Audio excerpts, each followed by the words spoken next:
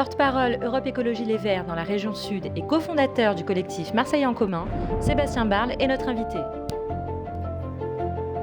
Tout d'abord, pour la défense des droits de l'homme. J'habitais à Nice et puis j'ai commencé à militer à la Ligue des droits de l'homme et à Amnesty International. Je trouvais que la question des prisonniers politiques était une vraie question centrale. Et puis ensuite, j'ai milité beaucoup dans les syndicats étudiants. Ce qui m'a amené à la politique, c'est l'altermondialisme, vraiment les mouvements altermondialistes qui étaient des mouvements citoyens. Et puis j'ai adhéré aux écologistes à la fin des années 90, aussi il y a 20 ans maintenant, ça me paraissait hier, mais ça fait déjà 20 ans que je suis militant écologiste. Et voilà, donc je suis arrivé par cette filiation-là.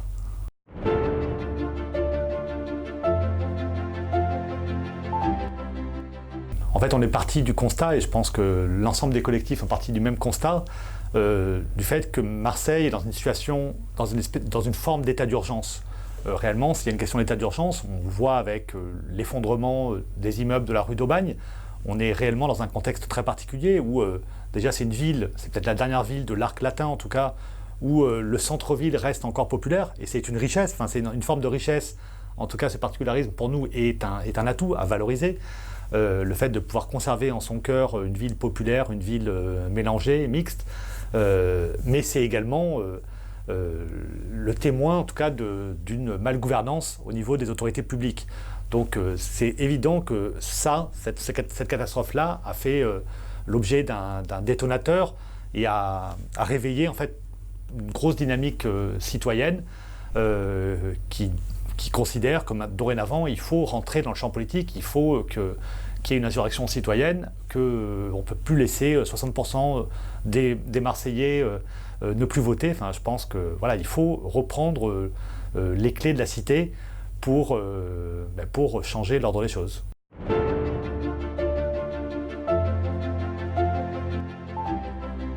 L'idée, c'est vraiment d'arriver à opérer ce rassemblement, mais c'est un processus qui est très innovant. On va être la seule ville de France, peut-être, à réussir cette hybridation entre une émergence citoyenne qui est nouvelle à Marseille. Jusqu'à maintenant, il y avait des mouvements sociaux très forts à Marseille, avec des syndicats, un syndicalisme fort, mais il n'y avait pas de mouvement citoyen.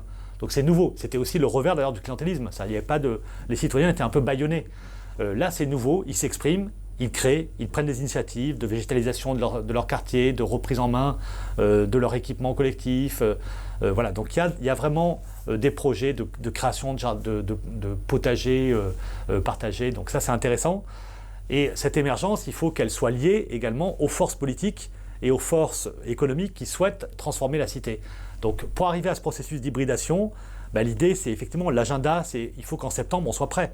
Il faut qu'en septembre on ait X mesures basculantes, 10, 13 mesures basculantes pour la ville et la métropole, pour remettre à l'endroit cette ville, remettre à l'heure Marseille. Et c'est ça l'enjeu, c'est se mettre d'accord sur un contrat en fait, un contrat qu'on va proposer aux Marseillais de qu'est-ce que l'on peut faire le temps de la mandature pour transformer la cité, pour répondre aux urgences sociales, démocratiques et écologiques de la cité. Ça, pour nous, c'est ça. La feuille de route, c'est un appel qui sera signé par tous les citoyens autour de ces 13 mesures basculantes qui sont pour nous essentielles. Et ensuite, la démarche, elle doit être aussi transparente. C'est-à-dire qu'on doit vraiment garantir le fait que les partis ne prennent pas la main sur ce processus. Et il faut vraiment qu'on sécurise des deux côtés les organisations politiques, mais aussi les acteurs, on va dire la société civile, qui doit être représentée dans le pilotage de ce processus.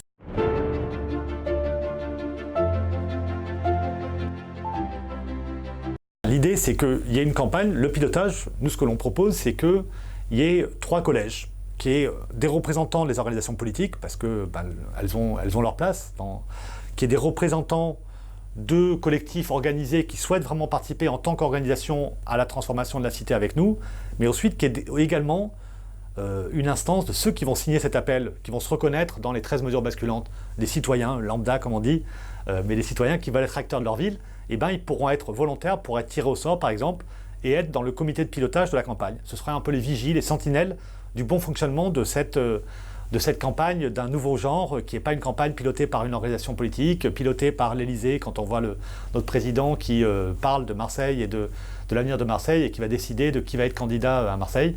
Voilà, l'idée c'est vraiment qu'on ait un pilotage avec les gens, les acteurs de cette transformation.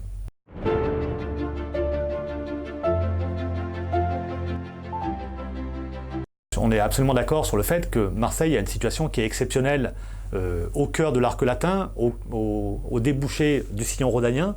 Donc c'est une position géographique qui a un atout considérable. Donc Marseille, effectivement, doit redevenir ou doit devenir un phare euro-méditerranéen, enfin entre Europe et Méditerranée. Le MUSEM en est la proue, il faut que toute la ville puisse être au cœur de la coopération, de nouvelles formes de coopération entre les deux rives de la Méditerranée. Ça, on en est absolument d'accord, c'est un enjeu qui est essentiel. Mais pour ça, il faut une autre vision des rapports euro-méditerranéens. À Marseille, on a des acteurs qui travaillent entre les deux rives sur des projets d'économie sociale et solidaire, de solidarité internationale. On connaît beaucoup d'acteurs d'ONG ou d'associations ou de coopératives qui travaillent avec les pays du Maghreb notamment ou les pays africains. Ce que l'on souhaite, c'est qu'ils soient soutenus. Ce que l'on souhaite, c'est réellement qu'il y ait un soutien de la métropole pour que ce commerce de circuit court, c'est une forme de circuit court, on est sur une aire assez limitée, régionale on va dire, que ce soit soutenu, ce type d'activité soit soutenu réellement, ce type d'échange.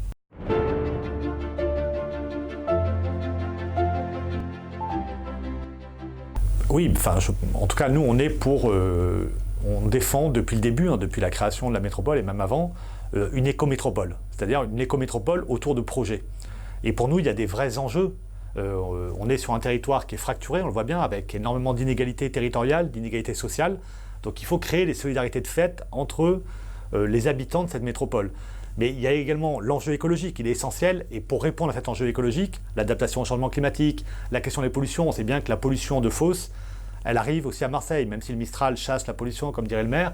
Mais on a aussi, le vent nous amène aussi cette pollution qui est sur le bassin industriel de Fos et de l'étang de Berre. Donc, il faut lutter. Pour lutter contre la pollution, il faut développer les transports collectifs sur l'aire métropolitaine. On a beaucoup d'habitants de Marseille qui vont travailler à Martigues, dans les raffineries de l'étang de Berre ou à Fos. Donc il faut développer ces transports collectifs pour éviter le tout-voiture sur l'aire métropolitaine et les embouteillages. On est le territoire le plus embouteillé et le plus pollué également. Il faut essayer de relier nos pôles de recherche, qui sont des pôles d'excellence. On a des pôles d'excellence entre Aix, Marseille, avec des pôles de recherche, mais il faut les orienter vers le territoire métropolitain et l'activité industrielle, une activité qui serait de transition écologique. Il faut orienter la recherche vers la transition écologique et permettre, par exemple, que l'étang de Berre, on ait un pôle de chimie verte, par exemple, pour arrêter avec la pétrochimie, pour arrêter avec les activités les plus polluantes. Voilà, donc ça, pour nous, c'est un enjeu, et c'est au cœur de l'enjeu métropolitain. C'est pour ça qu'on défend la fusion, mais on ne défend pas une fusion qui sera de la perpétuation des baronnies. Enfin, le fait que chaque maire va défendre son rond-point, son équipement, alors qu'il ne justifie pas forcément. L'idée, c'est de donner une cohérence et de créer des solidarités entre les habitants de cette métropole.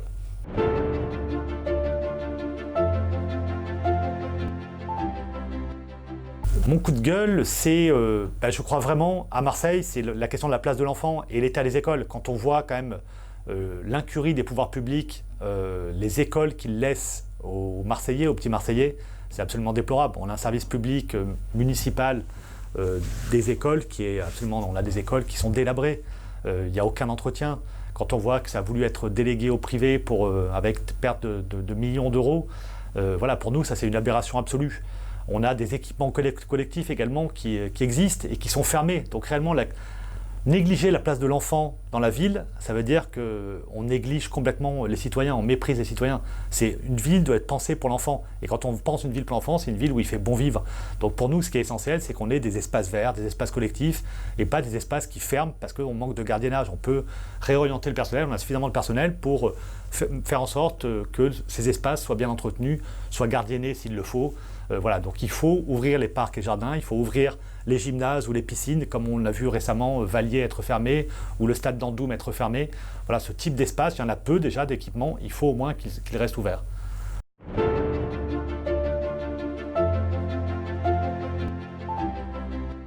C'est cette ville, moi c'est quand je prends par exemple le bateau-bus à Marseille et que je vois ce que pourrait devenir notre cité. C'est une ville où on a tellement d'atouts, c'est une ville qui est tellement belle et riche d'atouts naturels que je me dis que c'est fou que cette ville soit laissée dans cet état d'abandon, de malgouvernance. Voilà, je pense que réellement, cette ville a tous les atouts pour rayonner, pour être solidaire, être ouverte, être généreuse, être fraternelle. Et c'est fou de pouvoir négliger ça. Et je pense que c'est vraiment la chance de 2020, c'est pouvoir remettre Marseille à l'heure.